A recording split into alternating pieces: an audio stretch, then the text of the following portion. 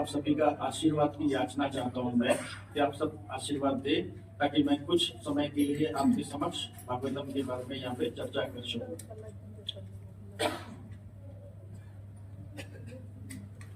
सबसे पहले हम लोग जय राधा माधव से स्टार्ट करते हैं, फिर आगे बढ़ते हैं। जय राधा माधव जय कुंज बिहारी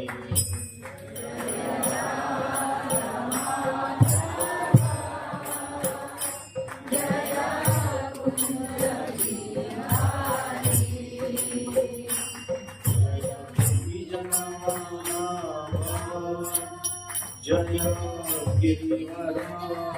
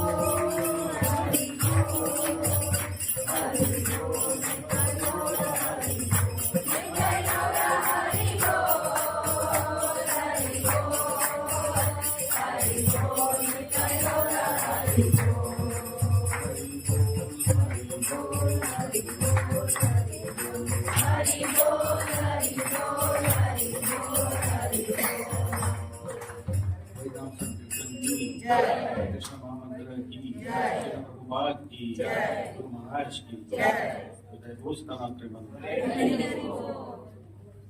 आप सबका संडे सत्संग में स्वागत है।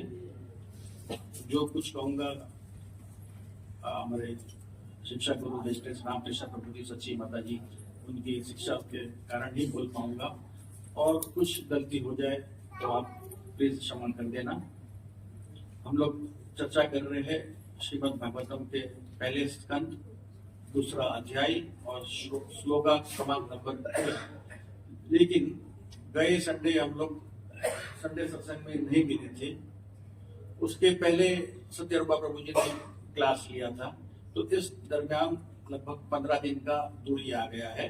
जस्ट कोशिश करता हूं कि 1 मिनट में हम लोग ने क्या चर्चा किया था दूसरे अध्याय में। तो दूसरे अध्याय में जो पहले जो 4 श्लोक है वहां पे सुद्ध गोस्वामी जी ने उन जो प्रश्न पूछे गए थे उनका क्लोरिफिकेशन किया। फिर उन्होंने ऋषिगणों का नमस्कार किया, उनके गुरु को नमस्कार किया, फिर व्यास जी को नमस्कार किया, फिर नारायण जी को जो भगवान नारायण है उनको नमस्कार किया, फिर नर नारायण को, सरस्वती देवी को और वेद व्यास जी को उन्होंने नमस्कार किया। उसके बाद जो 5वां जो चैप्टर था उन्होंने जो प्रश्न पूछे गए और प्रश्न क्यों महत्वपूर्ण थे, क्योंकि वो भगवान से कनेक्टेड से वो जो 6 के 6 प्रश्न पूछे गए थे उनके बारे में उन्होंने ग्लोरिफिकेशन किया। फिर उसके बाद 8वां 9वां और 10वें में उन्होंने हमारे जीवन का कर्तव्य क्या है और लक्ष्य क्या है उसके बारे में उन्होंने चर्चा किया था। फिर 11वें जो ब्रह्म तत्व, परमात्मा और भगवान इनके अंतर क्या है उसके बारे में उन्होंने बताया था। फिर जो सत्यरूपा प्रभु जी ने जो 12वां श्लोक लिया था उसमें भक्ति वैराग्य युक्त और ज्ञान युक्त कैसे करनी है, और दृढ़ तरह से अगर वेदा का पठन करके वो भक्ति करते हैं तो उससे हम लोग क्या लाभ मिलता है, हमारे अंतर में परमात्मा का जो असल स्वरूप है उसका दर्शन हो सकता है, वो चर्चा किया था। आज आने वाले 13वां श्लोक में हम लोग वानश्रम जीवन क्यों है, इसकी सृष्टि किसने की, कैसे हुई और उसमें क्या हम सभी का रोल है, उसके बारे में चर्चा करेंगे। उसके पहले हम लोग मंगलाचरण रिसाइट करते हैं। हम लोग सब साथ में मंगलाचरण रिसाइट करते हैं।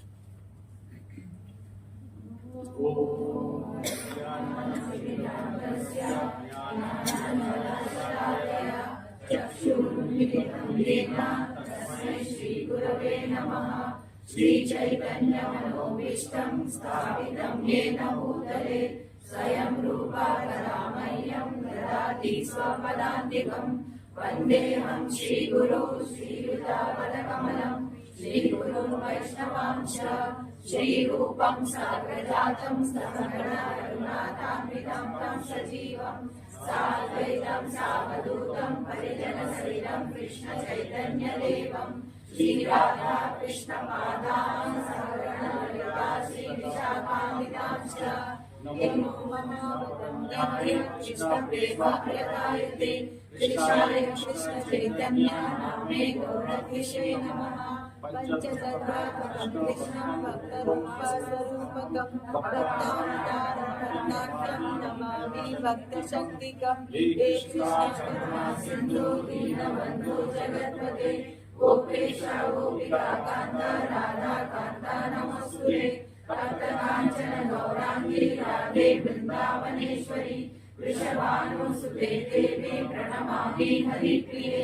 वाञ्छाकल्पतरुभ्यश्च कृपा सिन्धुभ्येव च पतितानां पावनेभ्यो वैष्णवेभ्यो नमो नमः नमो विष्णुपादाय कृष्णप्रेष्ठाय भूतले श्रीमते भक्तिवेदान्त स्वामिनिधि नामिने नमस्ते सरस्वती देवे गौरवाणी प्रचारिणे निर्विशेष शून्यवादी पाश्चात्य देशतारिणे जय श्री कृष्ण चैतन्य प्रभु नित्यानंद श्री अद्वैत गदाधर श्रीवासादि गौर भक्तवृंद हरे कृष्णा कृष्ण कृष्ण हरे हरे हरे राम राम राम हरे हरे ओम नमो भगवते वासुदेवाय ओम नमो भगवते वासुदेवाय ओम नमो भगवते वासुदेवाय नारायणं नमस्कृत्य नरं चैव नरोत्तमं देवीं सरस्वतीं व्यासं ततो जयामुदीरये नमस्कारेषु भद्रेषु नित्यं भागवत सेवया भगवती उत्तमश्लोके भक्ते भवति नैष्टिकी निगमकल्पतरोर्गलितं फलं सुखमुखारमृताश्रमसंयुतं विवेकभागवतं रसमालयं सर्वस्य चाहं हृदि सन्निविष्टो मत्तास्मि विज्ञानमपोहनं च वेदैश्च सर्वैर्यां वेदो वेदान्तकृत्वेरविधेव चाहम्। हरे कृष्णा। श्लोक शुरू करने के पहले जिसके पास मोबाइल में भागवतम नहीं है तो हम हिंदी में और इंग्लिश में लेके आए हैं, तो प्रभु जी को रिक्वेस्ट करूंगा कि आप लोगों को ये डिस्ट्रीब्यूट करते हैं, फिर हम लोग श्लोक पे चर्चा करते हैं। एक साइड पे हिंदी में है और एक साइड इंग्लिश में है।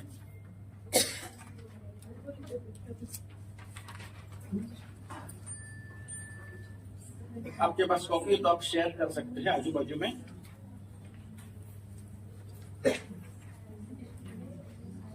बाजू में उनको बोलिए शेयर करने।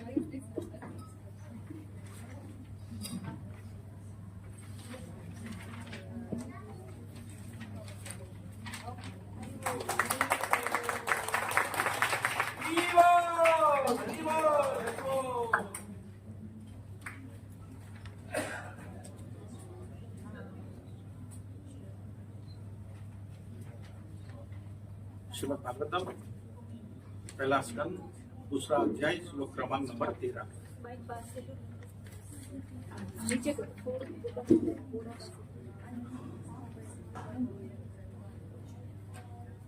अतः पुंभिर्द्विजश्रेष्ठ वर्णाश्रमा विभागशः स्वनुष्ठिस्तस्य धर्मस्य संसिद्धिर्हरितोषणम्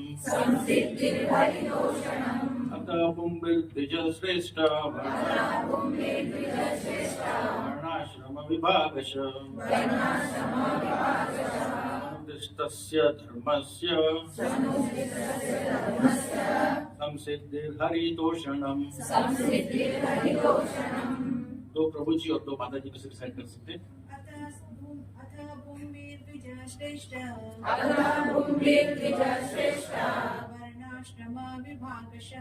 वर्णाश्रम विभागशः स्वनुष्ठितस्य धर्मस्य संसिद्धिर्हरितोषणम्।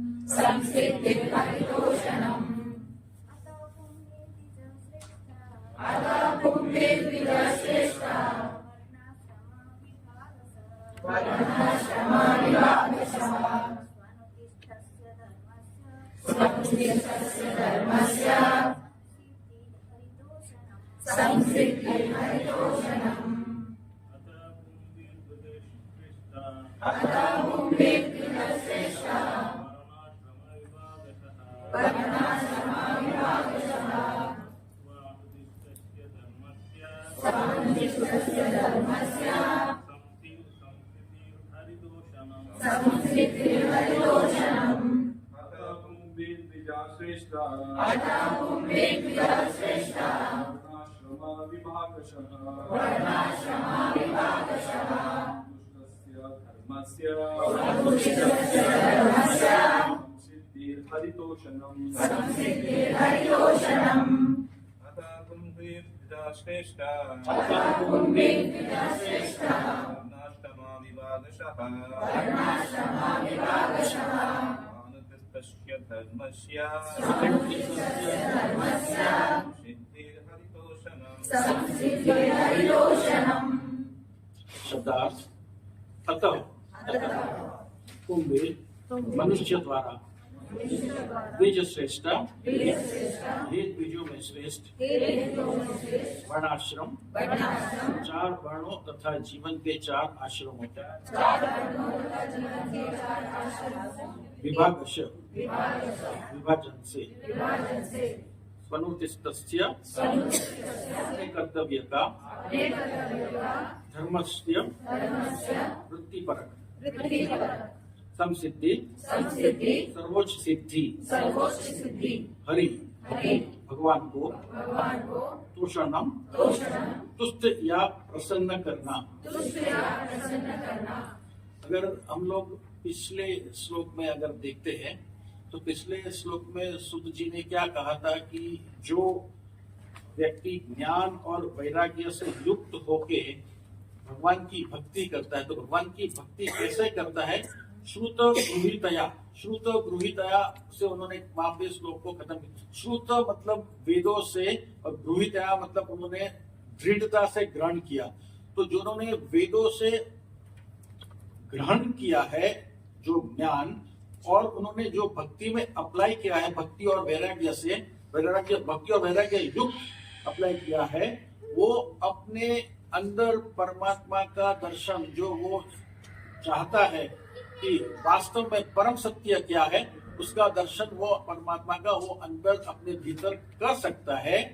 फिर इसीलिए मतलब यहाँ पे अतः से यहाँ पे स्टार्ट किया है श्लोका नंबर 13 में। यहाँ पे पहला वर्ड है अतः, इसीलिए अभी वर्णाश्रम के बारे में हम लोग चर्चा करते हैं। इसका अनुवाद कैसा है हम लोग देखते हैं। अतः हे द्विज श्रेष्ठ, निष्कर्ष ये निकलता है कि वर्णाश्रम धर्म के अनुसार अपने कर्तव्यों को पूरा करने से जो परम सिद्धि प्राप्त हो सकती है वह भगवान को प्रसन्न करना है। तो अब एकदम स्पष्टता से कहा गया है और ये लिंक भी परफेक्ट बैठ रहा है जो पिछले श्लोक में और इस श्लोक में। जो वर्णाश्रम जीवन में जो है उनका निष्कर्ष ये निकाला गया है कि अपने अपने कर्तव्य आप करते रहो लेकिन आपका लक्ष्य जो है एक ही होना चाहिए कि हरितोषणम भगवान को कैसे प्रसन्न रखा जाए। फिर कुंभीम जो दूसरा शब्द है कुंभीम मतलब सभी मनुष्य के लिए। सभी मनुष्य के लिए क्या है आगे उन्होंने संबोधित किया है द्विज श्रेष्ठा। द्विज श्रेष्ठा मतलब ट्वाइस बॉर्न। श्रील प्रभुपाद जी कहते हैं ट्वाइस बॉर्न मतलब जो पहली बार हमारा जब जन्म होता है बायोलॉजिकल फादर के द्वारा जब हमारा जन्म होता है वो है पहला जन्म। और दूसरा जन्म कब होता है हमारा? जब हम इनिशिएशन हम दीक्षा लेते हैं गुरु को अपनाते हैं उस समय हमारा दूसरा जन्म होता है। यहाँ पे इसलिए द्विज श्रेष्ठ कहा गया है। तो सूत गोस्वामी जी यहाँ पे शौनक ऋषि उन सबको द्विज श्रेष्ठ से संबोधित करते हैं। फिर आगे क्या है? वर्ण आश्रम विभागश। अभी मेरे को यहाँ बताने की जरूरत नहीं है आप लोगों को कि 4 वर्ण और आश्रम क्या है। फिर भी मैं चाहूंगा कि आज का जो पूरा 1 घंटा 1.25 घंटा हमें रघुनंदन प्रभु ने अलोकित किया है उसके बाद में ये वन वे कम्युनिकेशन न रहके आप भी थोड़ा चर्चा कीजिए, हम भी चर्चा करेंगे यहाँ से। तो क्लास थोड़ा इंटरएक्टिव रहेगा फटाक से मैं जानता हूं आप लोग सब जानते हैं, फिर भी जो एकदम नए हैं उनके लिए आप 4 वर्ण बोलिए और एक जन 4 आश्रम बोल देते। ब्राह्मण, क्षत्रिय, वैश्य, शूद्र। हरि हरि बोल। ब्राह्मण, वैश्य और शूद्र। 4 आश्रम के लिए बोलिए आप। ब्रह्मचारी, गृहस्थ, वानप्रस्थ, सन्यासी। हरि हरि। लेकिन आजकल ऐसा हो गया है कि हम लोग जो बैचलर्स को देखते हैं उसको हम लोग समझ लेते हैं, घर में जो बैचलर्स हम लोग समझ लेते हैं कि ये ब्रह्मचारी का जीवन पालन कर रहा है तो ये ब्रह्मचारी कैटेगरी में आ गया है। वैसा क्या वो जो बैचलर है जिसको आप ब्रह्मचारी के संबोधित करते हैं उसमें वैसे गुण है कि वो ब्रह्मचारी कहलाने के लायक है? क्या वो रेगुलेटिव प्रिंसिपल्स पालता है? न करने जैसे कोई काम करता है? अगर वो नहीं करता है तो आप उसे ब्रह्मचारी संबोधित नहीं कर सकते। You can not call him ब्रह्मचारी, लेकिन हम लोग उसको ब्रह्मचारी के हिसाब से बुला लेते हैं।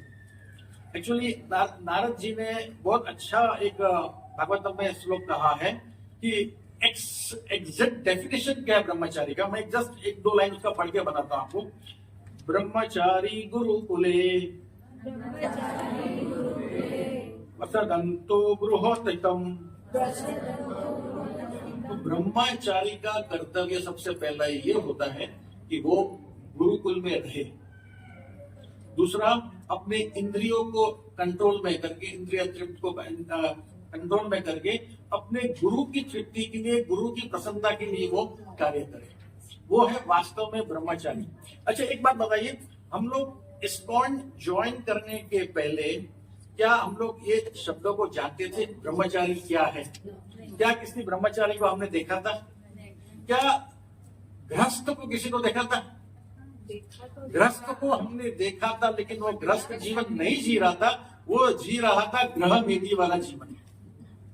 वास्तव में इस्कॉन ज्वाइन करने के बाद हमें समझ में आया कि गृहस्थ जीवन कौन जी रहा है और ग्रह मेदी जीवन कौन जी रहा है। अभी आप लोग बताइए दोनों में फर्क क्या है? ग्रह मेदी जीवन और गृहस्थ जीवन में फर्क क्या है? बोलिए बताइए।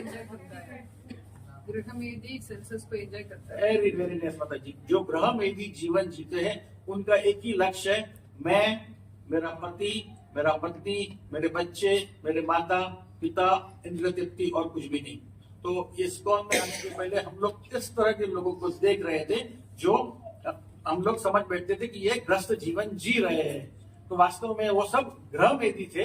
और इस्कॉन में आने के बाद जब हमने देखा कि हमारे वैष्णवगण जो अपने आप को चेंज कर रहे हैं, वो उन्होंने वास्तव में गृहस्थ जीवन शुरू कर दिया। तो ये फर्क है, ये बेनिफिट है हमारा इस्कॉन ज्वाइन करने का, एसोसिएशन का, भक्तों के संग रहने का।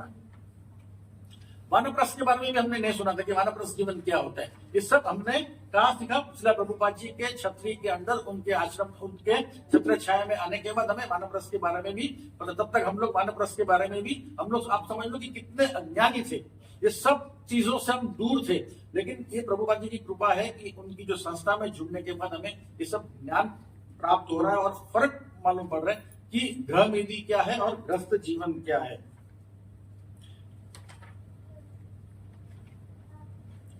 ऐसा किसी जनरली हम लोग में, मेरे हिसाब से 16 राउंड्स वाले को भी इस्कॉन ज्वाइन करने के पहले नहीं देखा होगा, या कोई ऑल्टर घर में होगा ऑल्टर, लेकिन पूजा कैसे करना है वो विधि विधान भी हम लोग ने सब कुछ यहाँ पे आने के बाद ही सीखा हम लोग ने। तो ये जो पर्टिकुलर श्लोक है ये हमें यहाँ पे समझा रहा है कि वर्णाश्रम जो विभाजन किया गया है उसका असल मेन उद्देश्य क्या है। कोई ब्रह्मचारी भले रहे, कोई ग्रस्त जीवन में भले रहे, कोई वानप्रस्थ में भले रहे, सन्यासी रहे, कोई ब्राह्मण हो, कोई क्षत्रिय हो, कोई भी आश्रम में, कोई भी वर्ण में आप क्यों ना रहो, लेकिन आप सबका एक ही टारगेट, एक ही लक्ष्य होना चाहिए, हरितोषणम, भगवान को कैसे प्रसन्न कर सके हम लोग। तो ये यहाँ का जो श्लोक का मूल उद्देश्य वही है। आप कोई भी आश्रम में रहो, कोई भी वर्ण में रहो, लेकिन एक दूसरे का साथ देते देते आपका लक्ष्य एक ही होना चाहिए, लक्ष्य में कोई फेरफार नहीं होना चाहिए आपका।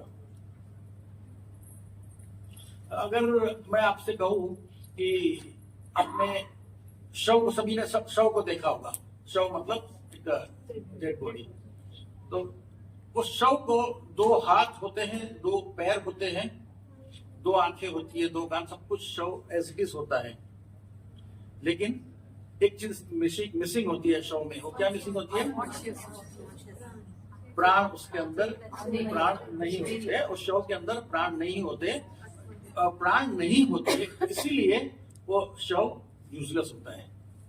कोई कितना भी घर का प्यारा व्यक्ति हो, वो आधा घंटा, 1 घंटा, 2 घंटे के बाद शव को कहेंगे ले जाओ, कोई रखता नहीं है, क्योंकि that is of no use, because उसके अंदर प्राण नहीं है। उसी तरह वर्णाश्रम का ये जो सिस्टम है, वर्णाश्रम सिस्टम का प्राण क्या है? वर्णाश्रम सिस्टम का अगर प्राण है, वो है हरितोषणम, भगवान की संतुष्टि के लिए। और अगर वो वर्णाश्रम जीवन में हम लोग रहने के बाद अगर भगवान की संतुष्टि के लिए अगर कार्य नहीं कर रहे, तो क्या है? हमारे जीवन में भी प्राण नहीं है। हम लोग भी कैसे हो जाएंगे? उस शव की तरह। We are useless like that dead body, because हमारा लक्ष्य हरि को संतुष्ट करने का नहीं है, हम भगवान को संतुष्ट करने का लक्ष्य नहीं है। तो हम लोग we are compare to that dead body. ये एक बहुत बड़ा सीरियस इश्यू है, जिसको हम लोग को सीरियसली लेना चाहिए। फिर उसके बाद श्लोक में आता है मनुदिष्टस्य धर्मस्य, अपने अपने वर्ण और आश्रम में रहते हुए बढ़िया से बढ़िया अनुष्ठान करे। अनुष्ठान मतलब क्या है? अनुष्ठान का प्रॉपर अर्थ क्या होता है कि प्रॉपर अंगों और विधि विधान के साथ अगर हम कोई कार्य करते हैं, उसे अनुष्ठान कहते हैं। मानो आपको कोई यज्ञ करना है, तो वो यज्ञ करने के लिए आप बेहतरीन पंडित को, ब्राह्मण को बुलाएंगे, बेस्ट का बेस्ट इंग्रेडिएंट्स, अच्छा से अच्छा घी हवन के लिए लाएंगे, सब कुछ बेस्ट करेंगे भगवान की प्रसन्नता के लिए। प्रॉपर अंग पंग के साथ हम ये जब हवन पूरा करेंगे, तो उसे अनुष्ठान कहते हैं। क्लियर है? अनुष्ठान का अर्थ अपने धर्मों का अनुष्ठान करने का जो सिद्धि है, वो सिद्धि क्या है? हम धर्म क्या करते हैं? हम काम पे जाते हैं, बिजनेस करते हैं, जो भी कार्य हम करते हैं उसे हमारा धर्म। हम फैमिली को पालने के लिए हम जो भी कार्य करते हैं वो हमारा धर्म है। पति पत्नी बच्चों का जो हम ध्यान रखने के लिए करते हैं वो हमारा धर्म है। और वो धर्म के लिए हम जो कार्य करते हैं उसकी परफेक्ट सिद्धि क्या है? उसका परफेक्शन का सिद्धि क्या है? उसकी सिद्धि यह है, वो है हरितोषणम। हरितोषणम मतलब भगवान की प्रसन्नता। लेकिन अगर भगवान की प्रसन्नता के लिए नहीं कर रहे, तो वो निष्फल हो जाता है। संसिद्धि का अर्थ है कि उसकी सफलता, सर्वोच्च उसकी सिद्धि।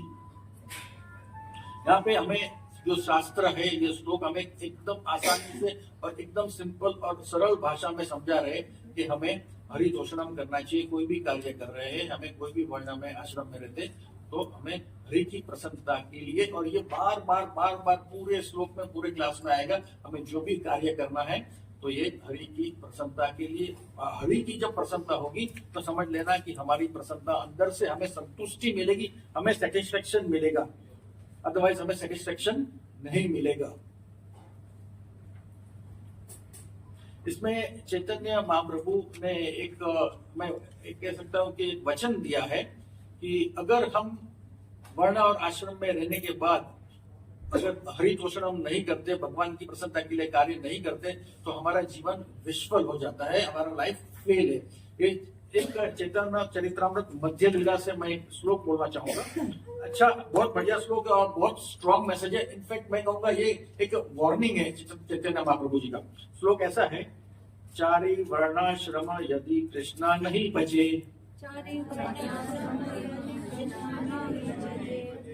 स्वकर्मा करीते से रावरे पड़ी माजे, रवारे पाड़ी माजे।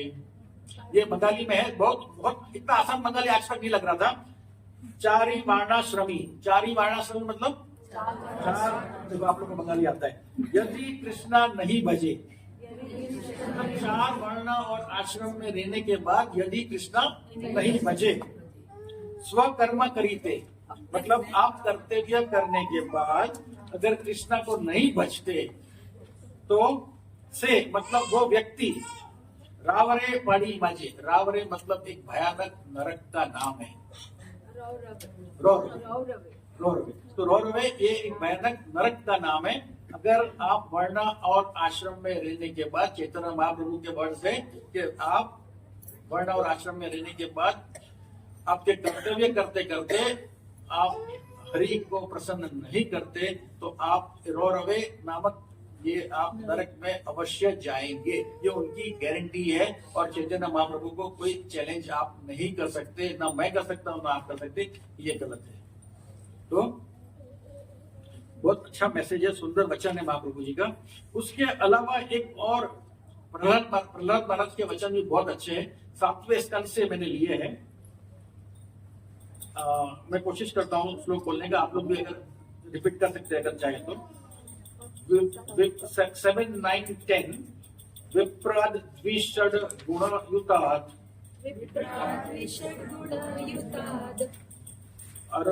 अरविंद नाभ पाद अरविंद विमुखातश्च पचम परिष्टम मन्ये तद अर्पित मनोवचने यथार्थ प्राणम पुनाति स कुलम न तु भूरिमान।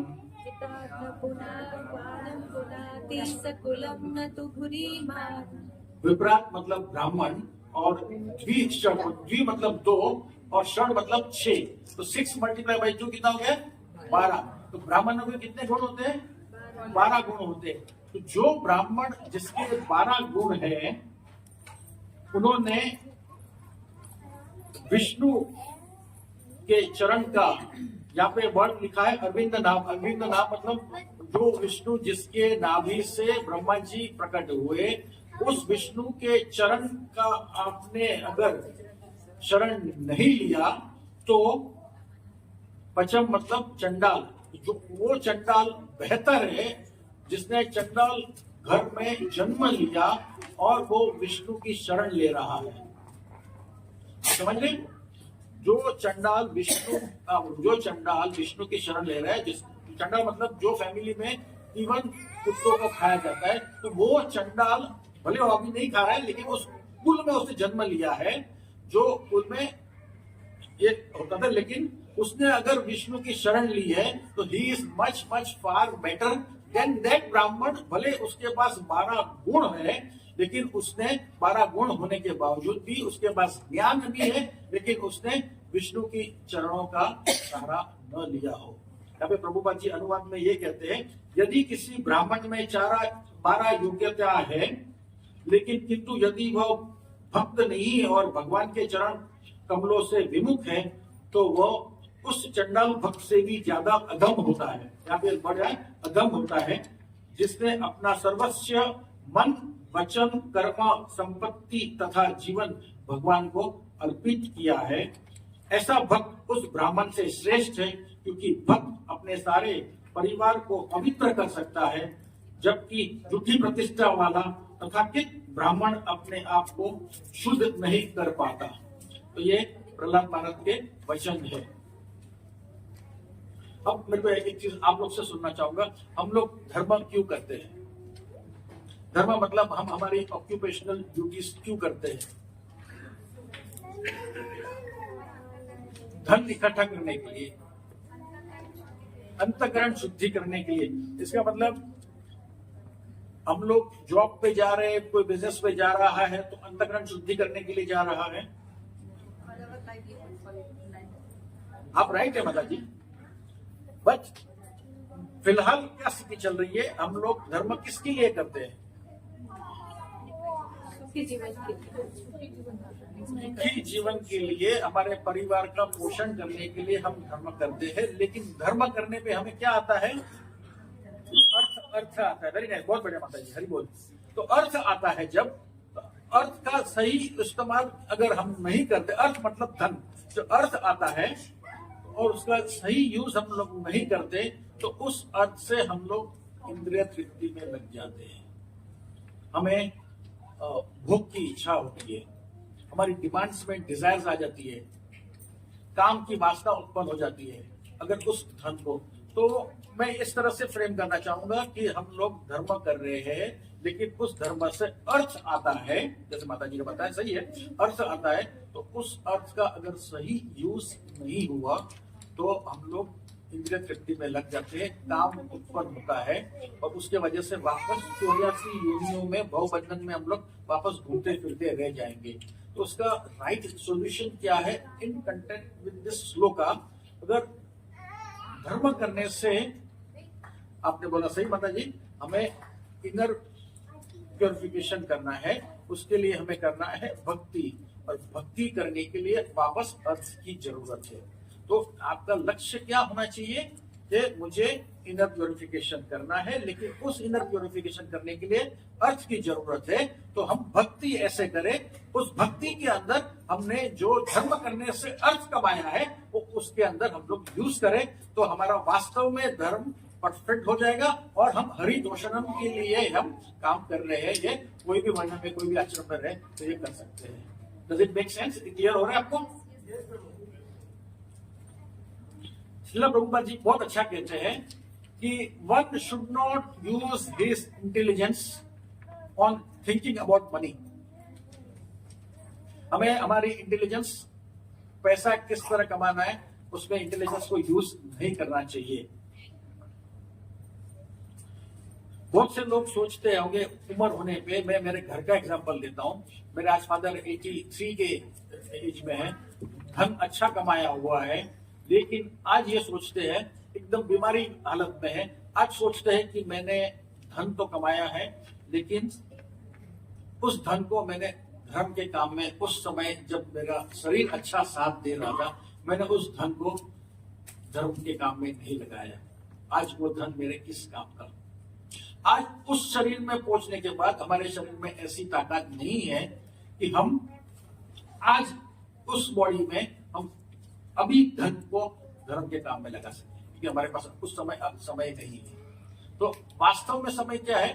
हम लोग रेगुलर रूटीन में जब धर्म कर रहे हैं, अर्थ को कमा रहे हैं, तो उसको उसी समय घर का, बच्चों का ध्यान रखने के बाद जो अर्थ बचता है उसे धर्म के काम में लगा देना चाहिए। हमें वेट नहीं करना चाहिए, हमारी मति यूज कर देनी चाहिए कि उस समय हमारा शरीर साथ नहीं देगा तो हम उस पैसे को, उस धन को हम धर्म के काम में नहीं लगा पाएंगे। तो बेटर है आज कमा रहे हैं तो आज हम धर्म के काम में उस अर्थ को लगा दें,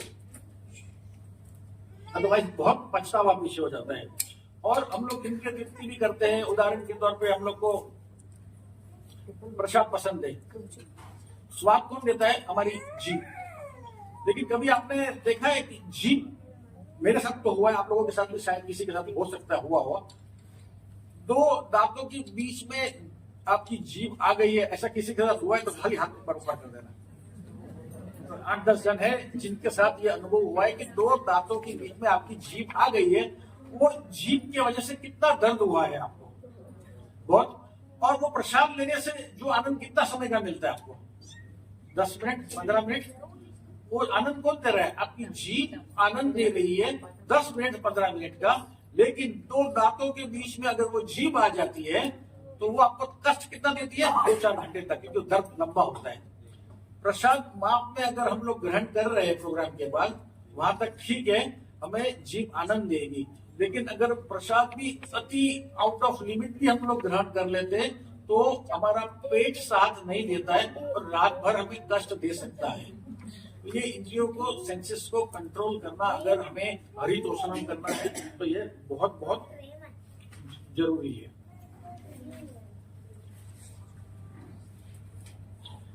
हम लोग का अगर ये हिसाब हरितोषणम के हिसाब से नहीं चलते तो हमारे पूरा लाइफ का इक्वेशन भी बिगड़ सकता है। हमारा जो ये शरीर है ये सिर्फ हमें कष्ट देने के लिए ही है और कुछ देने के लिए ही है, शरीर नहीं है। लेकिन कोशिश करना चाहिए हमें कि इस शरीर के साथ जितनी भक्ति हो सके, हम सेवा में उसको लगा सके तो बहुत बेहतरीन हो सकता है। कभी कभी हम लोग मैथ्स का फॉर्मूला, आप लोग बहुत से यहाँ पे जिन्होंने मैथ्स पढ़ा होगा, अलजेब्रा में फॉर्मूला हम लोग इक्वेशन सॉल्व करते और इक्वेशन सॉल्व करते करते एक भी नंबर चूक गए या एक भी फॉर्मूला गलत से अप्लाई किया है तो क्या हम लोग सही आंसर तक पहुंच सकते हैं? तो यहाँ हमारा फॉर्मूला, हम लोग का फॉर्मूला गलत हो सकता है। अगर हम इस शरीर के साथ भक्ति नहीं करेंगे तो हमारे पूरे लाइफ का इक्वेशन गलत हो सकता है, और फिर इक्वेशन गलत हो जाएगा तो हम घूमते रह जाएंगे, और इक्वेशन गलत होने से वापस हम लोग जन्म मृत्यु के बंधन में घूम फिर सकता है। तो लाइफ का इक्वेशन कभी सॉल्व नहीं हो सकता है अगर हम सोचेंगे कि ये जीवन का उद्देश्य ये भोग करने के लिए है। अगर ये हमारे मन में आ गया कि जीवन का उद्देश्य भोग के लिए, तो हमारा लाइफ का इक्वेशन कभी भी सॉल्व नहीं करना है, नहीं हम लोग कर पाएंगे। तो यहाँ पे एक बहुत अच्छा या संडे सत्संग रामकृष्ण प्रभु जी, सच्ची माता जी, आनंद गोपाल प्रभु, रघुनंदन प्रभु ने ये एक कह सकते हैं कि रिट्रीट टाइप का प्रोग्राम है यहाँ पे। और इस टाइप के प्रोग्राम में हमें भागवतम से सुंदर सुंदर मैसेज मिल रहे हैं कि हमारे जीवन का लक्ष्य क्या होना चाहिए, गोल क्या होना चाहिए।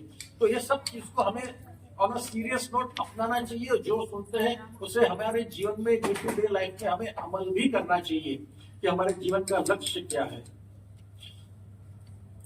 यहाँ तक का आप लोग को ये श्लोक समझ में आया, तो हम लोग आगे बढ़ते हैं। मैं जानता हूँ रघुनंदन प्रभु ने सिर्फ मेरे को 1 घंटा दिया है, लेकिन 10 मिनट ऊपर चले जाए प्रभु जी तो क्षमा कर देना। अब आप लोगों के हाथ में तात्पर्य है, तो आज एक नई कोशिश करते हैं विद परमिशन फ्रॉम रघुनंदन प्रभु। आप लोग के हाथ में हिंदी में तात्पर्य है, क्योंकि क्लास हिंदी में चल रहा है। तो मैं चाहूंगा एक एक लाइन आप बारी बारी से माइक, एक लाइन आप खाली पढ़िए, उसके बारे में हम लोग चर्चा करेंगे, फिर we go to next line. कुल मिला के सिर्फ 9 या 10 लाइन है, लंबा तात्पर्य नहीं है, and then we will wind up the class. अगर माइक है तो ठीक है, अदरवाइज इसको पढ़ना है। प्लीज बच्चों की तरह हाथ ऊपर कीजिए। सिर्फ फर्स्ट लाइन पढ़ना है आपको। अच्छा एक काम करिए प्रभु जी, वहां से स्टार्ट कीजिए, धीरे धीरे यहाँ आने दीजिए तो भी चलेगा। अतः हे त्रिश्रेष्ठ, निष्कर्ष यह निकलता है कि वर्णाश्रम धर्म के प्रभु जी अनुसार सिर्फ तात्पर्य का खाली पहला लेंगे। तात्पर्य सारे विश्व भर में मानव समाज 4 वर्णों तथा 4 आश्रमों में विभक्त है। बस बस बस उतना ही। अभी प्रभुपाद जी ने यहाँ पे लिखा है विश्व भर में मानव समाज 4 वर्णों में विभाजित है। क्या आप लोग श्रीला प्रभुपाद जी की इस लाइन से आप कंफर्टेबल हो? Do you agree with this line of Shrila Prabhupada? Yes या नो? यस। अगर जिसने यस बोला है तो आप इसका मतलब भी समझाएंगे कि प्रभुपाद जी ने ऐसा क्यों लिखा है। मैंने पहले ही कहा था ये वन वे क्लास नहीं होगा, ये 2 वे इंटरेक्शन होगा। तो जिसने जिसने यस कहा है तो आप लोग समझाएंगे कि प्रभुपाद जी ने ऐसा क्यों कहा है। बोलिए माता जी। हरी हरी बोलिए।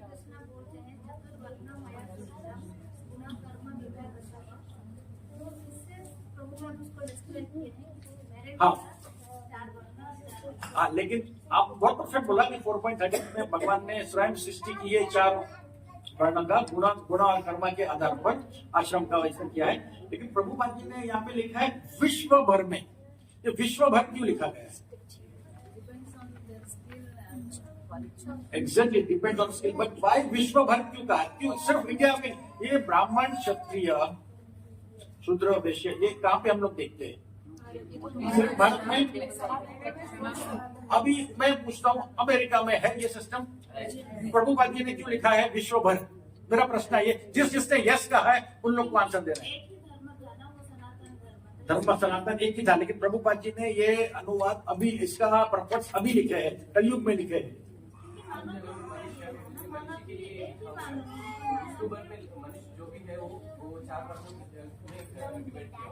विश्व भर में एग्जैक्टली हरी हरी बोल। विश्व भर में आज भले चाहे अमेरिका हो, लंदन हो, ऑस्ट्रेलिया हो, कोई भी कॉन्टिनेंट हो, वहां पे आपको इंटेलिजेंट लोग, योद्धा लोग, जो काम करने वाले लोग, ट्रेडर्स, ये आपको हर जगह हर देश में। इसीलिए प्रभुपाद जी ने लिखा है यहाँ पे विश्व भर में। माता जी ने परफेक्ट श्लोक परफेक्ट पकड़ लिया आपने, लेकिन प्रभुपाद जी का जो वर्ड है विश्व भर में, ये इसीलिए कि आप इवन आप अमेरिका में एक समय पे एक हैंडीकैप्ड ज्ञानी व्यक्ति थे, जो मतलब ब्राह्मण तो नहीं कह सकते, उनका नाम था स्टीफन हॉकिंग। स्टीफन हॉकिंग ने जिसने कॉस्मोलॉजी के बारे में भरपूर ज्ञान दिया, लेकिन उनकी वृत्ति क्या थी? वो थे ज्ञानी, बट ब्राह्मण कैटेगरी में नहीं, उनकी आसुरी वृत्ति थी।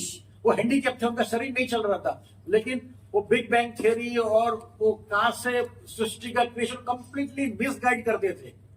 तो वहां पे लोग है इस तरह के ज्ञानी, लेकिन ब्राह्मण नहीं है। और उसके अलावा वहां पे योद्धा लोग भी है। तो योद्धा हर कंट्री में है, और हर कंट्री में ट्रेडर्स भी है जो वैश्य कैटेगरी में आते हैं, और शूद्र भी हर कंट्री में। इसलिए प्रभुपाद जी ने यहाँ पे लिखा हुआ है कि सारे विश्व भर में मानव समाज ये है।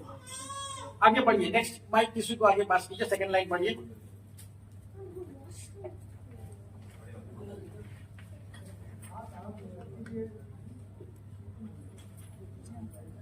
इसको चढ़ना चाहता है, आप बताइए। चार वर्ग है: बुद्धिमान वर्ग, योद्धा वर्ग, उत्पाद वर्ग तथा श्रमिक वर्ग। बस बस बस बस बस एक ही लाइन पढ़ना था, बहुत बढ़िया।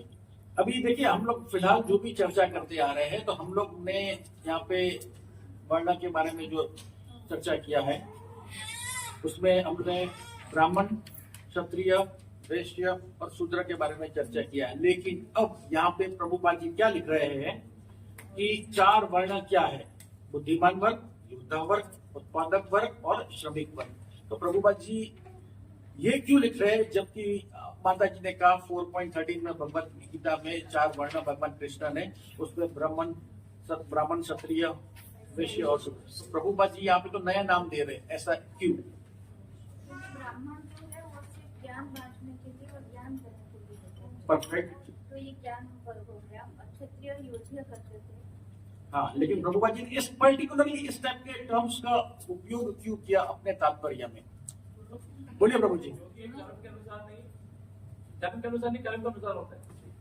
कर्म के अनुसार होते हैं, लेकिन ये देखिए, ब्राह्मण क्षत्रिय वाले वर्ड्स न लिख के, कि हम लोग तो बहुत कंफर्टेबल है। जब स्टार्टिंग में ही हमने क्लास में पूछा था कि चार वर्ण क्या है, तो सब लोग ने ब्राह्मण, क्षत्रिय बताया था, वैश्य और शूद्र। बोलिए राधा कृष्ण प्रभु जी।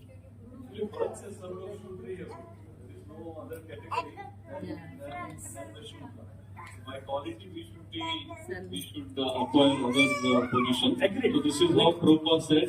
He saw that there are intelligent people, but they are on the wrong direction. So this is how he used intelligent people, and then there are traders whose intention is only earn money. So he said he's like the people who are earning the money. And then people are fighting not for dharma. They wanted to acquire the land. So this is how there was a class of Kshatriya. And then Shudra is always Shudra only. Perfect है प्रभु जी, आप very close. लेकिन particularly Prabhupada ji ने एक last सुन लेते हैं, फिर otherwise आगे जी विश्व भर के लिए एग्जैक्टली माता जी आप एकदम पास में आ गए। प्रभुपाद जी ने उस समय अंग्रेजों को जब तात्पर्य लिखा, ही केप्ट इन माइंड कि अगर ये बुक्स मेरे गोरे लोग यूएस वाले या अदर कंट्रीज वाले पढ़ेंगे तो उनको ब्राह्मण, क्षत्रिय, वैश्य, शूद्र समझ में नहीं आएगा। इसलिए प्रभुपाद जी ने यहाँ पे ये शब्द लिखे हैं: बुद्धिमान वर्ग, योद्धा वर्ग, उत्पादक वर्ग और श्रमिक वर्ग। अब सभी लोगों ने आंसर बहुत परफेक्ट दिया, लेकिन आप एंड में परफेक्ट पकड़ लिया माता जी। हरी बोल।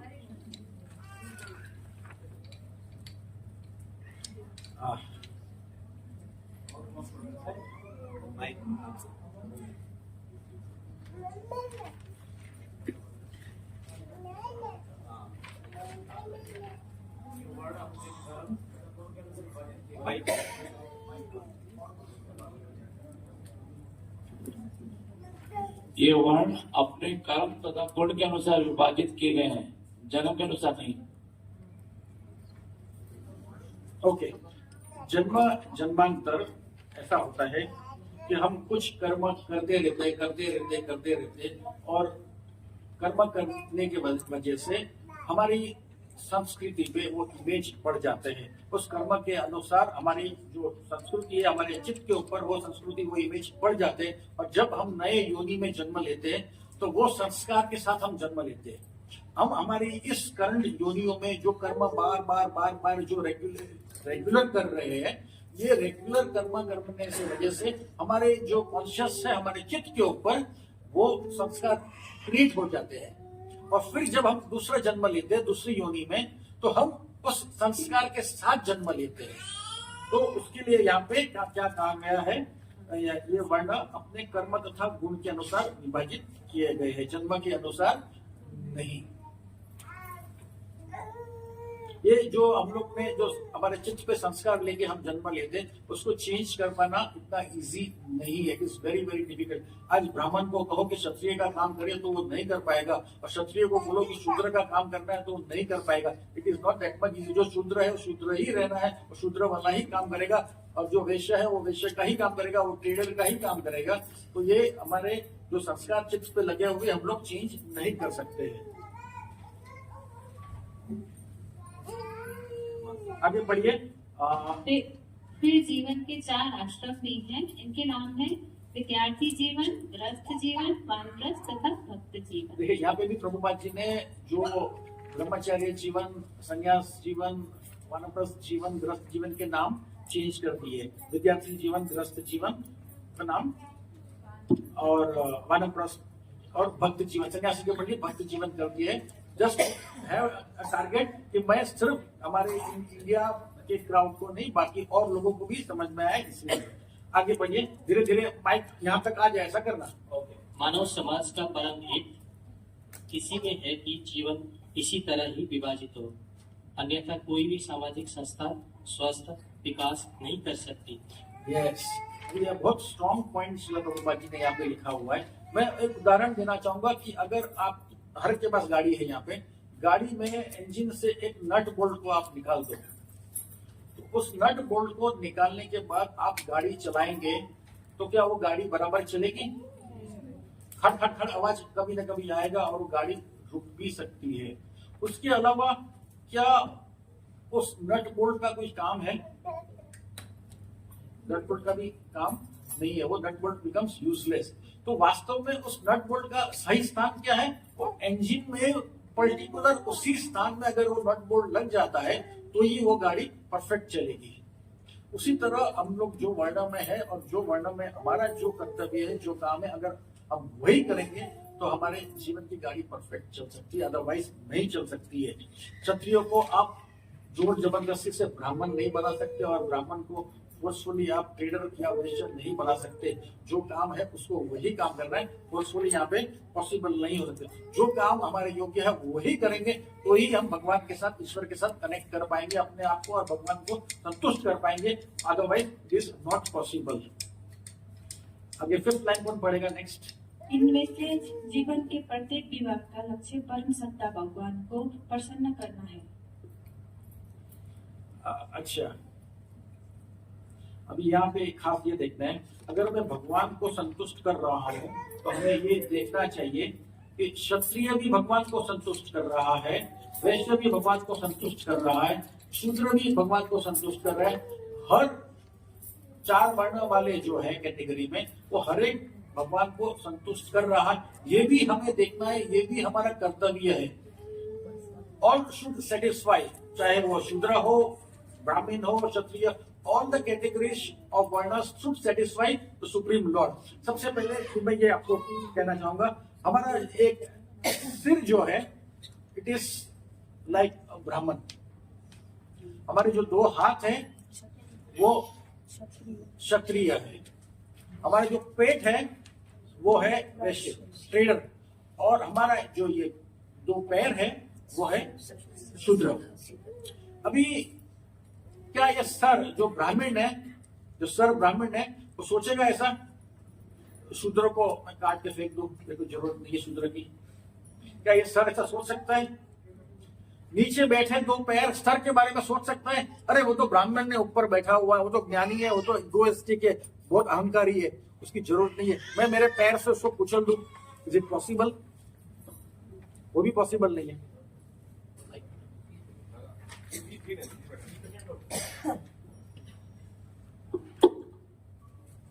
यहाँ पे प्रभुपाद जी ये कह रहे हैं कि 4 वर्णों को एक दूसरे की सहायता के साथ ये देखना चाहिए कि हर एक वर्ण के लोग भगवान की प्रसन्नता में लगे हुए हैं। और सबसे यहाँ पे बेस्ट काम हम लोग यहाँ देख रहे हैं, हम लोग जो यहाँ असेंबल्ड है इस देश रामकृष्ण प्रभु जी, सच्ची माता जी की कृपा से, कि हम लोग कोई भी वर्ण के लोग हैं, हम लोग सब साथ मिल के एक दूसरे को हरि नाम का यहाँ पे जो चर्चा करवाते हैं, और सब एक साथ हरितोषणम का कार्य कर रहा है। सबसे बड़ा उदाहरण यहाँ पे है।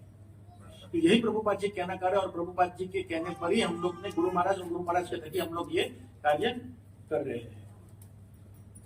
जो प्रभुपाद जी का कहना है, क्षत्रिय है यहाँ पे, शूद्र भी भरपूर है, वैश्य भी है, लेकिन कमी है तो सिर्फ अच्छे शुद्ध और प्योर ब्राह्मणों की। ब्राह्मणी सोसाइटी में नहीं है, लेकिन ये इस्कॉन एक ऐसा जगह है जहाँ पे हमें और ब्राह्मण और ब्राह्मण और ब्राह्मण क्रिएट करना है। और ब्राह्मणों का डेफिनेशन प्रभुपाद जी क्या देते हैं? आप 16 राउंड्स चैंटिंग कीजिए, 4 नियमों का पालन कीजिए, आप प्रभुपाद जी की बुक्स पढ़िए, प्रचार कीजिए, आपसे बढ़िया ब्राह्मण और कोई नहीं हो सकता है। दिस इज द बेस्ट ब्राह्मण। और प्रभुपाद जी की यही इच्छा है कि सब कुछ आपको समाज में देखने मिलेगा, वैश्य मिलेगा, क्षत्रिय मिलेगा, शूद्र मिलेगा, लेकिन ब्राह्मण दिखने नहीं मिलेगा। और प्रभुपाद जी को इस में मैक्सिमम ब्राह्मण चाहिए। तो हमें यह कोशिश करनी चाहिए कि हम किस तरह ब्राह्मण बन सके और प्रभुपाद जी की मिशन को और यहाँ पे बढ़ावा दे सके। 6 लैंग्वेज पढ़ेगा धीरे धीरे। माइक यहाँ तक माता जी की इच्छा है पढ़ना, इसलिए धीरे धीरे यहाँ तक। हाँ, मानव समाज के इस संस्थागत कार्य को वर्णाश्रम धर्म के रूप में जाना जाता है, जो सुसंस्कृत जीवन के लिए अत्यंत स्वाभाविक है। अच्छा, अब यहाँ पे प्रभुपाद जी ने वर्ड लिखा है सुसंस्कृतिक जीवन। सुसंस्कृतिक, उसको आप तोड़ के वर्ड को समझने का कोशिश कीजिए। What is the meaning of सुसंस्कृतिक जीवन?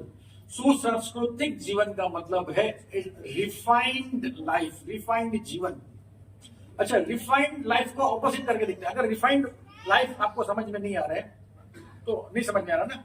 रिफाइंड लाइफ का उल्टा क्या होता है? अनरिफाइंड लाइफ या अनरिफाइंड जीवन।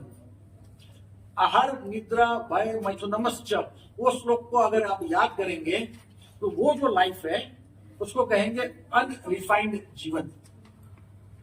और यहाँ पे प्रभुपाद जी क्या लिख रहे हैं? सुसंस्कृतिक जीवन। वो है अनरिफाइंड जीवन, उसका एग्जैक्टली ऑपोजिट क्या होता है? रिफाइंड जीवन। तो रिफाइंड जीवन को कहते हैं सुसंस्कृतिक जीवन, सिविलाइज्ड सोसाइटी। ठीक है, प्रभुपाद जी सुसंस्कृतिक जीवन लिख रहे हैं, उसको कहते हैं सिविलाइज्ड सोसाइटी या सिविलाइज्ड लाइफ। दूसरा है अनरिफाइंड जीवन। अनरिफाइंड जीवन कौन जीते हैं? आहार निद्रा भय मैथुनमश्च समन्वय एतत् पशु निरंतरम। तो ये जो पशु वाला कैटेगरी है वो अनरिफाइंड जीवन जीते हैं। हम लोग सब कुछ करते हैं, आहार निद्रा भय मैथुन सब कुछ करते हैं, लेकिन हमारे साथ क्या है? एक्स्ट्रा भक्ति है। पशु में वो सब, पशु पक्षियों में वो सब नहीं है। तो ये जो जीवन है, अगर हरि का संतुष्टि के लिए हम लोग फॉलो करेंगे तो उसके लिए प्रभुपाद जी ने क्या कहा? सुसंस्कृतिक जीवन। आगे नेक्स्ट। वर्णाश्रम धर्म का निर्माण इसलिए किया गया है कि परम सत्य की अनुभूति हो सके। यस, अब देखिए इसकी स्थापना भगवान स्वयं ने की है। माता जी ने पहले आंसर दे दिया था श्लोक नंबर 4.13 में, चतुर्वाण्यम माया सिस्टम। भगवान ने सृष्टि की गुणा कर्मा विभागश, तो भगवान कृष्ण ने स्वयं इसकी सृष्टि की है। तो ये भगवान के द्वारा किया गया ये सिस्टम 4 वर्ण और 4 आश्रम वाला, उसको कोई भी काट नहीं सकता, उसको कोई भी फेल नहीं कर सकता है। हम लोग सोचते हैं कि सब कुछ मिक्स हो जाना चाहिए। आजकल के मॉडर्न पढ़े लिखे बोलते हैं कि सब कुछ मिक्स हो जाना चाहिए। ये सब मैं नहीं मानता हूँ, दैट इज रॉन्ग। इसका मतलब है कि आप भगवान कृष्ण की वाणी जो 4.13 में है उसको आप डिसओबे कर रहे हो। ठीक है, ये एक्चुअली भगवान ने इस तरह की, ये भगवान बहुत कृपालु है, दयालु है। ये भगवान ने 4 वर्ण और आश्रम की ये स्थापना क्यों की? स्थापना इसीलिए की कि ताकि हम ये 4 वर्ण और आश्रम में रहते भगवान की संतुष्टि के लिए, उनकी आराधना के लिए हम कर सके, ताकि we can go back to God. भगवान कृपालु है, वो हमें वापस बुलाना चाहते हैं, इसलिए ये सब किया है उन्होंने। और ये मैसेज है यहाँ पे श्लोक में कि हम जो भी कार्य रहे, कोई भी वर्ण में रहे, हमको हरितोषणम करना बहुत जरूरी है। हम जो भी कार्य करते हैं हमें सोचना चाहिए क्या हमने ये पिछले 24 घंटे में, हम लोग ने 16 राउंड करने के लिए 1.5 से 2 घंटे हम लोग लगाते, तो 2 घंटा हमने हरितोषणम के लिए लगाए। लेकिन क्या 22 घंटा आज क्लास पूरा होने के बाद, प्रसादम लेने के बाद जब हम घर जाएंगे तो हमको मेजर करना है, हर एक को मेजर करना है कि पिछले 24 घंटों में से हमने हरितोषणम के लिए कितने घंटे व्यतीत किए? 8 घंटे, 7 घंटे, दिन की निकाल दो, 16 घंटे में से हरितोषणम के लिए एक मेजरमेंट, ये मापदंड करना बहुत जरूरी है अगर हमें भक्ति में आगे बढ़ना है। हमने हमारे 16 घंटा जो बचे हैं उसमें हरि के लिए हमने कितने घंटे, वास्तविक में आप सोचना, मन में नक्की करना, अगर मैंने 2 घंटा चैंटिंग किया है उसके बाद कुछ भी नहीं किया है तो यह सोचना 2 घंटे से मैं 2.5 घंटा, 3 घंटा, 4 घंटा तक हरितोषणम, हरि की प्रसन्नता के लिए और क्या करूं जिसकी वजह से मैं ये मेरा जो मीटर है माप का 2 घंटे से मैं 3 घंटा, 4 घंटा से लेकर धीरे धीरे मैं 16 घंटे तक कैसे पहुंचू। ठीक है, नेक्स्ट। हरे कृष्णा। इसका निर्माण एक विभाग का दूसरे पर कृत्रिम अधिपत्य के लिए नहीं किया गया है। यस, देखिए बहुत बढ़िया लाइन है। इसका निर्माण एक दूसरे का कृत्रिम अधिपत्य के लिए नहीं किया गया है। अभी मान लो आपके ऊपर, आपके सिर के ऊपर कोई तलवार लेके आपको मारने आ रहा है, आपके सिर को कौन बचाएगा? हाथ बचाएगा। हाँ, अच्छा, आपको वहां से कोई पत्थर मारने आ रहा है, आपको सिर पे लगने वाला है, तो आप दौड़ के जाएंगे, तो पैर बचा रहा है सिर को, बराबर है। इसका अर्थ यह होता है जो हाथ क्या था? क्षत्रिय। क्षत्रिय ब्राह्मण की रक्षा करने के लिए हाथ उठा रहा है। पैर मतलब शूद्र भाग के जाके ब्राह्मण की रक्षा कर रहा है, बचाने जा रहा है। क्यों कर रहा है? क्योंकि ब्राह्मण भी क्षत्रिय, वैश्य और शूद्र की रक्षा कर रहा है। किस तरह कर रहा है? ये शास्त्रों के ज्ञान के माध्यम से जो ब्राह्मण रक्षा कर रहा है उनकी, वो है आध्यात्मिक रक्षा, और वैश्य और शूद्र और ये क्षत्रिय उनकी रक्षा कर रहे हैं, ये भौतिक रक्षा कर रहे हैं। लेकिन इनको मिलजुल के रहना है, एक दूसरे की रक्षा करना जरूरी है। ठीक है, प्रभुपा जी यहाँ पे इसलिए क्या है, कृत्रिम अधिपत्य मतलब आपको डोमिनेट, एक कास्ट को दूसरे कास्ट के ऊपर ये डोमिनेट नहीं करना है, एक वर्णन को दूसरे के ऊपर डोमिनेट नहीं करना है, एक दूसरे का यूनिटी के साथ में रहना है। This is the message of Shrila Prabhupada. कृत्रिम अधिपत्य मतलब it is not for artificial dominance. ठीक है, लास्ट 2 लाइनें यहाँ तक आया मैं। अच्छा, पढ़िए माता जी। जब इंद्रिय तृप्ति की अत्यधिक आसक्ति के कारण जीवन का लक्ष्य अर्थात परम सत्य का साक्षात्कार चूक जाता है, तब जैसा कि पहले कहा जा चुका है, स्वार्थी लोगों द्वारा वर्ण आश्रम धर्म का उपयोग कमजोर वर्ग पर कृत्रिम आधिपत्य दिखाने के लिए किया जाता है। देखिए यहाँ पे एग्जैक्टली प्रीवियस लाइन का प्रभुपा जी ने यहाँ पे ऑपोजिट यहाँ पे फ्रेम पेश किया है कि ये अगर होता है, देखिए ब्राह्मण का कर्तव्य क्या है, उनको ज्ञान बांटना है और बाकी तीनों वर्णों को उनको अपलिफ्ट करना है, उनको ऊपर उठाना है। लेकिन आज कलयुग में वास्तव में क्या हो गया है, ये लिंक कैसे टूटती है मैं समझाने की कोशिश कर रहा हूँ। ब्राह्मण ने अपना ज्ञान बांटना बंद कर दिया। ब्राह्मण ने ज्ञान बांटना बंद कर दिया तो होता क्या है, क्षत्रिय ने, वैश्य ने और शूद्र ने अपना धर्म जो स्थापित करना है भगवान की प्रसन्नता के लिए, वो बंद हो गया। वो बंद हो गया तो क्या हुआ, आज स्लॉटर हाउस धीरे धीरे धीरे धीरे बढ़ना शुरू हो गए। और उसके अलावा ब्राह्मण की लिंक टूट गई, ब्राह्मण का ज्ञान लुप्त होता जा रहा है धीरे धीरे धीरे। और आज ब्राह्मण के घर में क्या रेगुलेटिव प्रिंसिपल फॉलो नहीं हो रहे, जो न करने जैसे काम शुरू हो गए ब्राह्मण के घर में ही। सिर्फ एक, ये इक्वेशन पूरा रॉन्ग होते जा रहा है। क्यों? सिर्फ एक यहाँ पे ब्राह्मण की लिंक टूटने की वजह से उन्होंने ज्ञान बांटना बंद कर दिया और धीरे धीरे उनका फिर पतन होना शुरू हो गया। तो लिंक टूटना नहीं चाहिए, ये प्रोसेस जो है कंटिन्यू ही चालू रहना चाहिए। इसलिए तो श्रीला प्रभुपाद जी ने ये संस्था बनाई, इस संस्था में आप लोग जुड़ो ताकि ये रेगुलेटिव प्रिंसिपल भी फॉलो हो और हम कोई भी वर्णा में हो ताकि हम इस साथ में आगे जा सके। यहाँ पे एक्चुअली प्रचार करना बहुत इजी है, लेकिन ट्रेनिंग देना बहुत मुश्किल है। तो प्रीच समबडी अबाउट हरे कृष्ण तो कोई भी हरे कृष्ण महामंत्र बोलना सीख जाएगा, लेकिन जो ट्रेन करना है वो बहुत मुश्किल है। और वो ट्रेनिंग जो यहाँ पे संडे सत्संग प्रोग्राम में अलग अलग अपने रघुनंदन प्रभु, अनंत प्रभु, इन लोग जो मेहनत करके अलग अलग भक्ति वृक्षा हेड्स को बोलते कि आपके क्लास में से किसी को भी नियुक्त कीजिए, कोई आरती करेगा, कोई अपना कीर्तन करेगा। तो ये कॉम्बिनेशन है, ये हर एक को चांस मिल रहा है, अवसर मिल रहा है how to connect towards the lord. इसलिए मैं आप सभी से प्रार्थना करूंगा कि संडे सत्संग का प्रोग्राम आप मिस मत कीजिए। और दूसरी और एक विनंती है, do not wait till the aarti starts, come before just 2 minutes before 9 o'clock। Lord should not be waiting for you, in fact you should wait for the lord कि ऑल्टर खुले और मैं भगवान का दर्शन करूं। 9:15 बजे, 9:30 बजे, 9:45 बजे, 10 बजे हम आते तो भगवान का मंगला आरती तो पूरा हो गया। हम लोग नरसिम्हा आरती पे आते हैं या गुरु महाराज की आरती पे आ रहे हैं, प्रभुपाद जी की आरती पे आ रहे हैं। तो ये एक और रिक्वेस्ट सर्विस है कि अगर आप 9 बजे एग्जैक्ट 1 मिनट पहले आ जाते हैं, प्लान योर ट्रेवल। हम लोग पहले मंगला आरती तो मंदिरों में जाते हैं, अभी हम लोग मायापुर से मंदिर में देखे वहां पर 4:30 बजे की आरती में हम लोग पहुंच जाते थे, और 4:30 की मंगला आरती मंदिर में जाने के लिए वहां पे लोग लाइन में खड़े हैं 4 बजे से।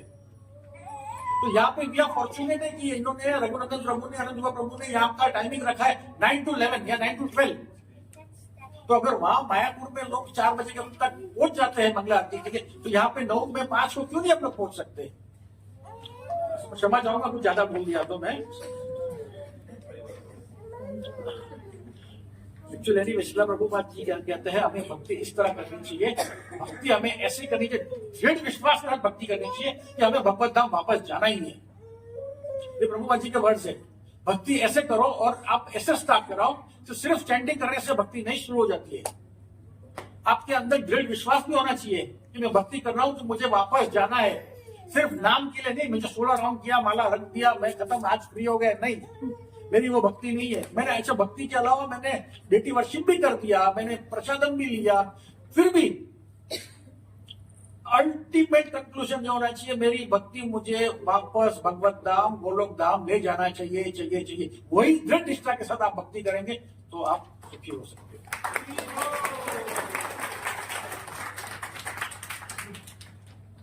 Actually, this concept Prabhupada ji ने जो बनाया, it's basically helping each other. ये चारों वर्णों और आश्रमों को मिक्स करके, कॉम्बिनेशन करके आप सब एक साथ में एक दूसरे का हाथ करके चलो। इसीलिए इसे कहते हैं यात्रा। यात्रा में जाते तो एक दूसरे का हाथ करके चलते हैं, इसलिए इसको कहते हैं यात्रा। आई थिंक अभी 1 या 2 लाइन बैलेंस है। विजय भाई,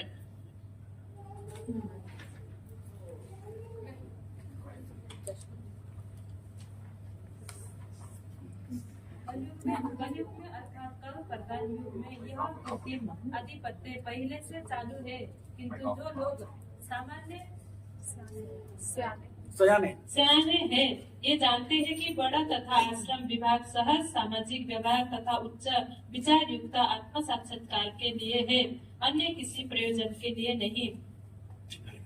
देखिए ये लंबा पैराग्राफ था, इसके अंदर हम लोग 3 चीज को देखेंगे कि यहाँ पे सबसे पहले अधिपत्य पहले से चालू है, ये एक पार्ट है। दूसरा पार्ट था इसके अंदर सहज सामाजिक व्यवहार, और तीसरा था यहाँ पे उच्च विचार युक्त आत्म साक्षात्कार। सबसे पहले अधिपत्य पहले से चालू है, इसका अर्थ मैं आपको बताना चाहूंगा। अधिपत्य पहले से चालू है, इसका अर्थ यह है कि प्रभुपाद जी ऐसा क्यों लिख रहे हैं, पहले से चालू है। जब आप लोग ने, मेरे हिसाब से सभी लोगों ने फर्स्ट कैंटो लगभग पढ़ लिया, फिर भी जिसने नहीं पढ़ा है आपको ध्यान में होगा उस प्रसंग जब परीक्षित महाराज शिकार के लिए निकले थे और भूखे प्यासे थे, तब शमीक ऋषि की कुटीर में जाते हैं और उनसे वो अत्यंत प्यास लगने से वो पानी मांगते हैं। और जब वो शमीक ऋषि ध्यान में थे तो उनका ध्यान नहीं गया, और उस समय परीक्षित महाराज को क्रोध आता है और वहां पे एक मरा हुआ सांप को उठा के उनके गले में डाल देते हैं और वो बाहर निकलते हैं। उस समय परीक्षित महाराज को थोड़ा पछतावा भी हुआ कि मैंने क्या कर दिया, मुझे प्यास में इतनी कंट्रोल नहीं कर पाया। और उस समय शमीक ऋषि के जो पुत्र थे उनको क्रोध आता है कि ये क्षत्रिय मेरे पिता जो ब्राह्मण है, ये मन उनके मन में उस समय आ गया कि मैं ब्राह्मण कुल का हूं और वो है क्षत्रिय। उनकी हिम्मत कैसे हुई कि मेरे पिता के सिर में मरा हुआ सांप डालने की, और उन्होंने श्राप दे दिया। जब शमी ऋषि जब नॉर्मल ध्यान से मेडिटेशन से वापस आए तो उन्होंने कहा कि हे पुत्र, तुमने ये क्या कर दिया, तुमने श्राप दे दिया। उस समय से ब्राह्मण कुल का पतन होना शुरू हो गया है। इसीलिए यहाँ पे प्रभुपाद जी लिखते हैं अधिपत्य पहले से चालू है। कभी भी अहंकार नहीं करना चाहिए कि मैं क्षत्रिय हूं या मैं ब्राह्मण हूं या मैं वैश्य हूं। कोई भी वर्ण के ऊपर अहंकार नहीं करना चाहिए।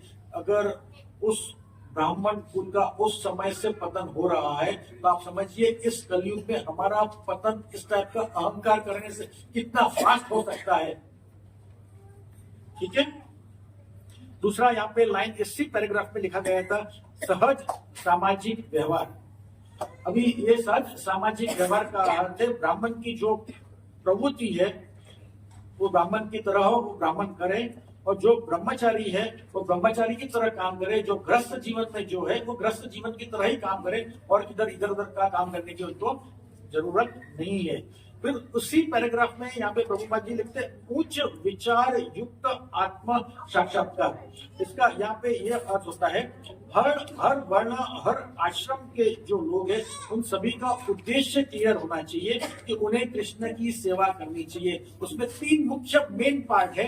हमें सबसे पहले कोई भी वर्ण आश्रम में रहे, हमें सबसे पहले ये ज्ञात कर देना चाहिए, हमेशा स्मरण होना चाहिए। पहला पार्ट यह है कि हम ये शरीर नहीं है, हम आत्मा है और ये शरीर भोग के लिए नहीं है।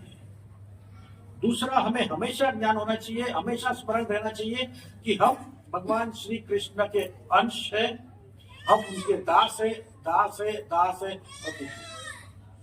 और तीसरा, भगवान श्री कृष्ण के द्वारा स्थापित किया गया ये वर्ण और आश्रम, हम कोई भी वर्ण में हो और कोई भी आश्रम में हो, हम हमारा कर्तव्य भगवान की प्रसन्नता के लिए करें, निष्ठा के साथ करें, उसमें कोई फेरफार नहीं, कोई कंप्लेंट के साथ ना करें। ये ऐसा होना चाहिए हमारे मन में। ये 3 मुख्य बात है। 3 मुख्य बात आप बोल सकते हो फटाफट से, ताकि हम लोग लास्ट लाइन पे चले जाए।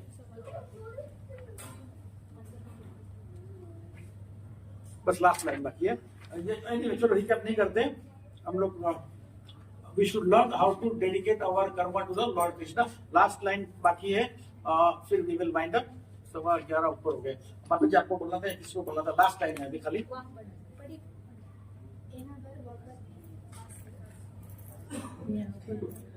यहाँ पर भागवत का कथन है कि जीवन का सर्वोच्च लक्ष्य या वर्णाश्रम धर्म की चरम स्थिति यही है कि हम सब मिलकर परमेश्वर को प्रसन्न रखें। इसकी पुष्टि भगवत गीता 4.13 में भी हुई है। इसकी पुष्टि भगवत गीता 4.13 में माता जी ने पुष्टि बहुत पहले ही कर दी। अरे हरि बोल। यहाँ पे प्रभुपाद जी कंक्लूजन दे रहे हैं कि क्या कंक्लूजन दे रहे हैं हमें? भगवत का कथन है कि जीवन का सर्वोच्च लक्ष्य या वर्णाश्रम धर्म की चरम सिद्धि यही है कि हम सब मिलकर परमेश्वर को प्रसन्न करें। तो ये इनका यहाँ पे कंक्लूजन है। और 4.13 माता जी ने कह दिया था। जस्ट खाली एक और चीज पूछना चाहूंगा। भगवान आपको कोई ऐसा भगवान के अवतारों के बारे में आप लोग सब जानते हैं। ब्राह्मण कुल में भगवान ने कौन से अवतार लिए? परशुराम ने एक नाइस परफेक्ट है कि ब्राह्मण कुल में जन्म लिया, फिर बाद में उन्होंने क्षत्रिय वाला रोल भी निभाया है। एक जन्म ब्राह्मण कुल में भगवान ने और किया है जो आप लोग ने मिस किया अभी। हरि हरि बोल। गौरंग महाप्रभु ने भी ब्राह्मण कुल में भगवान में प्रकट हुए थे। अब क्षत्रिय में yes. भगवान राम, भगवान स्वयं कृष्ण भी, लेकिन कृष्ण इतने दयालु है। अच्छा एनीवे, वैश्य कुल में कोई जन्म आपको याद आ रहा है? श्री कृष्ण को यस भगवान ने ऐसी लीलाएं की कि नंद महाराज के वहां पे वो वैश्य में कह सकते हैं। अच्छा, शूद्र कुल में किसी को कोई जन्म याद आ रहा है कि भगवान ने कोई शूद्र कुल में जन्म लिया, प्रकट हुए?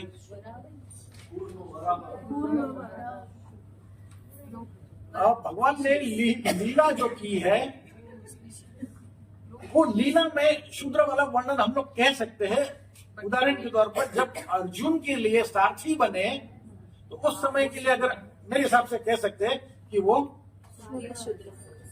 और जब सुदामा के पैर धोए, I don't know how much right I am, उस समय उन्होंने, भगवान ने अपने भक्तों को प्रसन्न करने के लिए शूद्र की लीला की। तो आप समझ सकते हैं भगवान कितने कृपालु के शूद्र का रूप भी और निभाने के लिए तैयार है। एक और बिफोर आई वाइंड अप,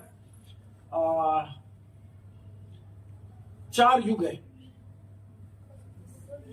चारे युगों का आप खाली उस समय बताइए कि उस समय वर्षित कैसे होती थी, क्या क्या करते हुए थे, भगवान को प्रसन्न कैसे करते थे। सबसे पहले सतयुग में कैसे,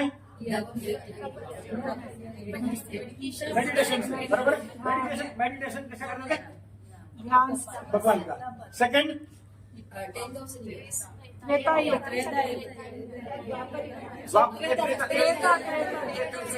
त्रेता में यज्ञ करते थे, बराबर, त्रेता में यज्ञ करते थे। फिर द्वापर में देवती वर्षिप, टेम्पल वर्षिप। चौथा कलयुग में, कलयुग में हरिनाम संकीर्तन करते। देखियो अभी चारों युग का डिस्कशन कर लिया और चारों युग में गोल लक्ष्य एक ही कॉमन है, हरि तोषणम, हरे कृष्ण। और अगर देखें, मैं his holiness Jayapataka Swami Maharaj का एक इंसिडेंस बताना चाहूंगा। हमारे यहाँ आज मैंने कहा कि ब्राह्मण खत्म हो रहे, लेकिन हमारे बीच सबसे बेस्ट ब्राह्मण अगर कोई है वो है Shrila Prabhupada ji. We should follow his instructions with nishtha, with that faith, परम फेथ के साथ, कि प्रभुपाद जी ने वचन दिया है कि हमें बैक टू बॉर्डर ले जाएंगे तो ले जाएंगे। और मैंने इसलिए कहा कि मैं 1 मिनट में प्रभु जी his holiness Jayapataka Swami Maharaj, आप लोगों शायद किसी को नहीं, बहुत जनों ने प्रभुपाद जी का अपना his holiness Jayapataka Swami Maharaj का दर्शन किया है, लेकिन जो नए डिवोटीज है they might not be aware, जय पताका स्वामी महाराज का स्पेन एयरपोर्ट में किसी ने गला काटने का कोशिश किया था, बहुत समय पहले की बात है। और उनको मेडिकल इमीडिएटली हॉस्पिटल ले गई और उनको बचा लिया गया, उनको ट्रीटमेंट मिला।